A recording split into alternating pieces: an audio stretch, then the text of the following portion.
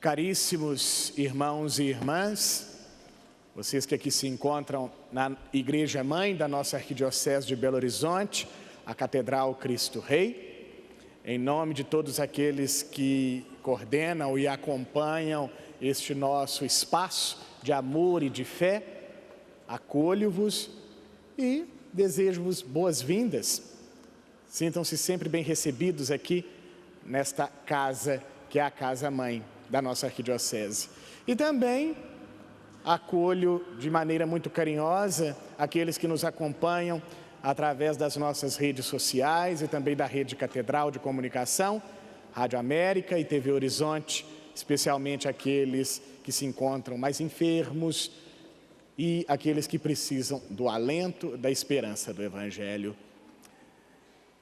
Aproveito o ensejo para manifestar nossas condolências aos familiares de Maria José Figueiredo, que celebram o 7º dia de falecimento dessa nossa irmã, e também acolho o grupo do apostolado de oração, lá da Arquidiocese de Florianópolis, e que está aqui visitando Belo Horizonte, visitando também a nossa catedral. Sejam bem-vindos e sintam-se também acolhidos. Caríssimos, concluímos finalmente o ciclo pascal. Através deste tempo, a Igreja procurou nos ensinar acerca de um dos grandes núcleos da nossa fé, de um elemento, melhor dizendo, que compõe o grande núcleo da nossa fé. E este elemento é a ressurreição. Através do tempo pascal, a Igreja, por meio da liturgia, procurou nos ensinar que é graças à ressurreição que temos a Igreja, é graças à ressurreição que podemos ver visivelmente, materialmente Deus através dos sacramentos, é através da ressurreição que a nossa fé pode ser professada com afinco, com zelo. E agora nós entramos no tempo comum. Ou seja, a esperança que nós alimentamos ao longo do período pascal, com esta verdade de fé, de que a nossa fé, a nossa profissão de fé depende, está diretamente vinculada à ressurreição, tudo isso que serviu para embasar a nossa esperança, agora é identificada na missão e na vida de uma pessoa, e esta pessoa é Jesus Cristo. É por isso que o tempo comum é uma ocasião privilegiada para conhecermos um pouco mais sobre a vida e a missão de Jesus, a fim de que essa esperança, alimentada com a ressurreição ao longo do período pascal, possa ser assim fortalecida e identificada não em um mero sentimento, mas em uma pessoa que nos acompanha e que nos revela que o rosto de Deus é amor e misericórdia.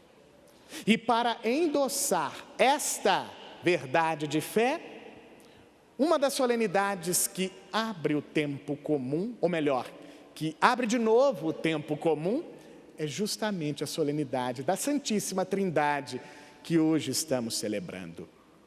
A primeira leitura, extraída do Antigo Testamento, livro do Deuteronômio, nos diz que Deus, em um dado momento da história, quis se revelar ao ser humano. Ou seja, Ele quis estabelecer com o ser humano uma relação de amor e de comunicação perene. De amor e comunicação. E desde o início, desde este momento, Deus, Ele revelou o seu rosto, revelou a sua identidade trinitária. Pai, Filho e Espírito Santo. Obviamente que esta revelação não anulou totalmente o mistério. Isso continua ainda como um mistério de fé. Porém, com o passar do tempo e sobretudo sob a influência da tradição, a Igreja pôde assim esclarecer um pouco mais e nos apresentar o segundo elemento central da nossa fé, que é justamente a Trindade Santa. Portanto, o núcleo da nossa fé possui dois elementos: a ressurreição e a Trindade Santa. Este Deus que por amor, que por misericórdia, quis revelar o seu rosto uno e trino. Mas aí quando nós olhamos esta revelação de Deus e percebemos que ela não obedece à lógica humana, muitas das vezes podemos nos perguntar: como que é isso? Como que um Deus pode ser ao mesmo tempo uno e trino? Um Deus, três pessoas, um Deus. Padre, me dá um nó na cabeça quando eu paro para pensar isso. E não é só em vocês que dá esse nó na cabeça, não. Até no padre também esse nó fica forte. Mas aí, como eu disse anteriormente, a igreja, com a sua sabedoria, ao longo de séculos, se debruçou sobre este mistério de fé. E hoje é dada para nós, através dessa liturgia, uma catequese que tem como objetivo justamente esclarecer um pouco mais sobre esta verdade revelada.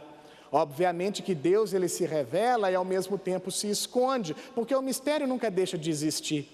Aliás, reza uma lenda atribuída a Agostinho, que é mais fácil entender, é mais fácil colocar o mar dentro de um buraquinho do que entender o grande mistério da Trindade. Mas a igreja nos deu uma catequese muito solidificada ao longo de séculos. E hoje nós conseguimos entender um pouco mais sobre esse grande mistério. É por isso que agora eu prosseguirei com a homilia de uma forma um pouco diferenciada. Vou usar aqui uma dinâmica para ajudar a gente a entender um pouquinho esse mistério. Vou pedir a ajuda dos meus colaboradores. 98% dos padres usam essa dinâmica para explicar a Trindade. Eu também vou usar. Só que eu vou acrescentar uma coisinha. Então, vamos lá, por favor, os nossos colaboradores, a irmã, os seminaristas Luiz e Gabriel. Vamos lá, podem acender as velas, por favor.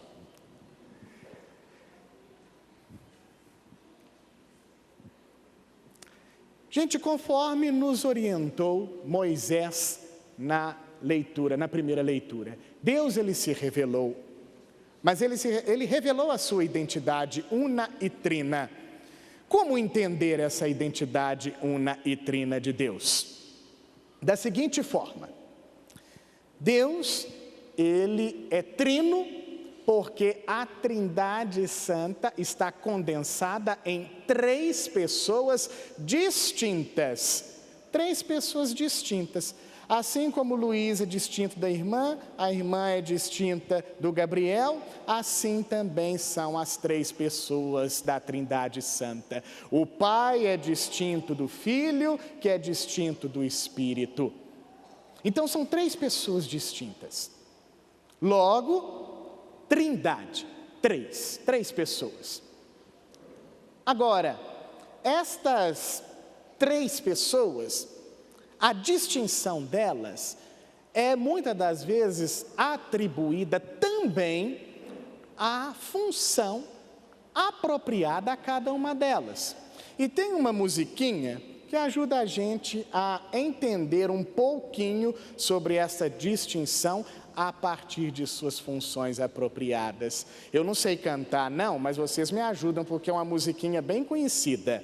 Ela é assim: ao Pai Criador do mundo, ao Filho Redentor dos homens e ao Espírito de amor demos sempre glória.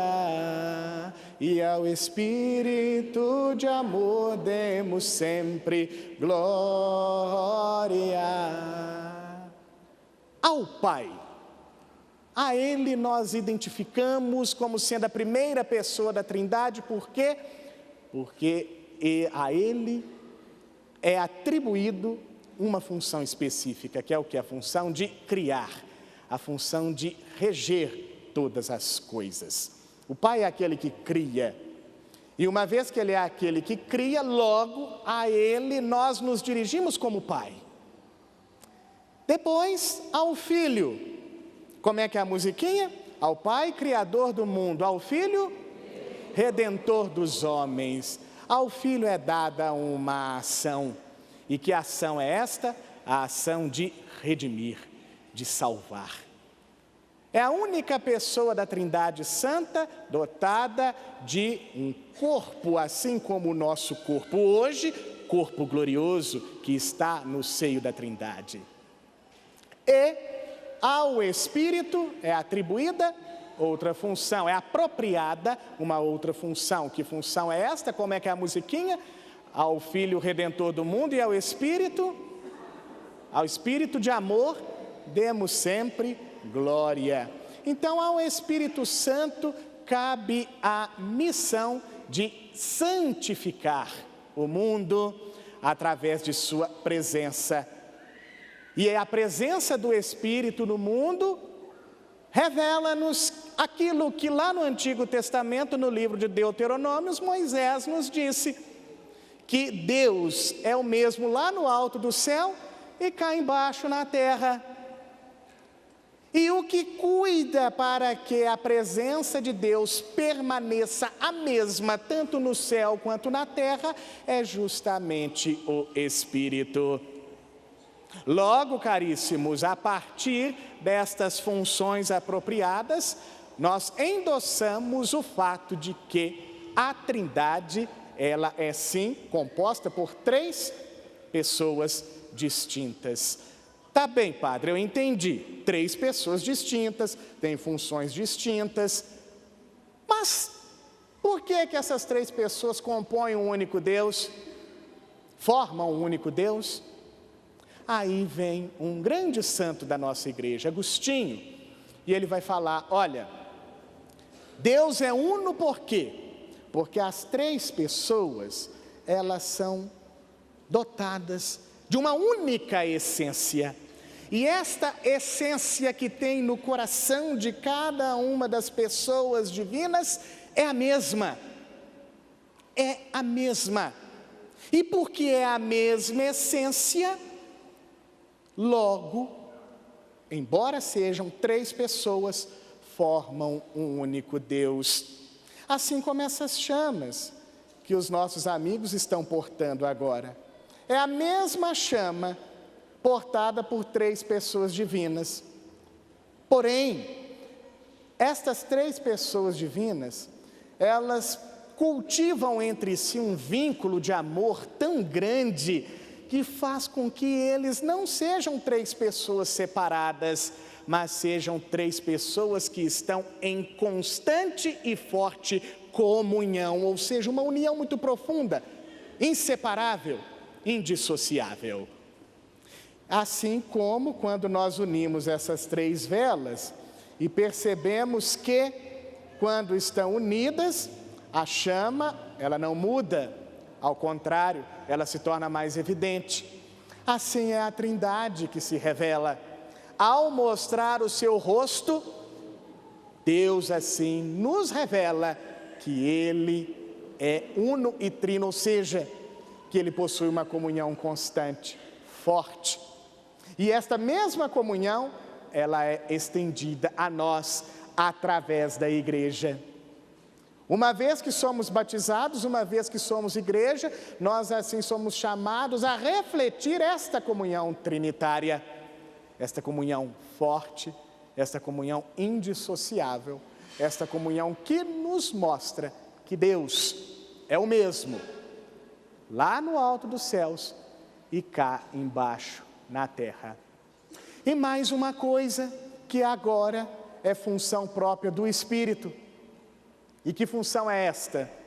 Uma vez que o Espírito é este laço de amor, que tem também a função de manter esta comunhão trinitária indissociável, assim também Ele, o Espírito Santo, que mantém a presença da Trindade viva e operante no mundo, também se encarrega de manter entre nós e Deus uma relação com o Pai essa relação é de filhos.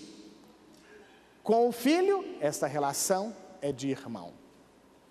E do Espírito, esta relação é como eu disse na semana passada, é esta relação de ser morada permanente dele no seio do mundo.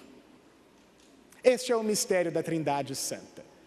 Um mistério que ao mesmo tempo que se revela, permanece oculto. Mas é permanecendo oculto que Deus nos mostra que Ele é verdadeiramente o providente. Não sozinho, mas em comunhão trinitária com Pai, Filho e Espírito Santo. Deu para compreender um pouquinho do mistério da Trindade? Deu para entender? Espero que o pessoal de casa também tenha entendido. Mas como eu disse, é um mistério que, embora tenha sido revelado por Deus, ainda permanece um pouquinho oculto. Porém, como bem nos disse a segunda leitura de hoje, mesmo sendo um mistério que permanece oculto, em certo modo, ainda assim nós somos chamados a cultivar com Deus esta relação amorosa, esta relação inquebrantável, esta relação inabalável, porque é esta relação que Ele, Deus unitrino, cultiva conosco. Amém? Louvado seja nosso Senhor Jesus Cristo. Para sempre seja louvado. Antes de professarmos a nossa fé, acho que vale a pena a gente recuperar essa musiquinha. Ao Pai Criador do mundo, ao Filho Redentor dos homens e ao Espírito de amor demos sempre glória. E ao Espírito de amor demos sempre glória. Glória ao Pai, ao Filho e ao Espírito Santo. Como era no princípio, agora e sempre. Amém.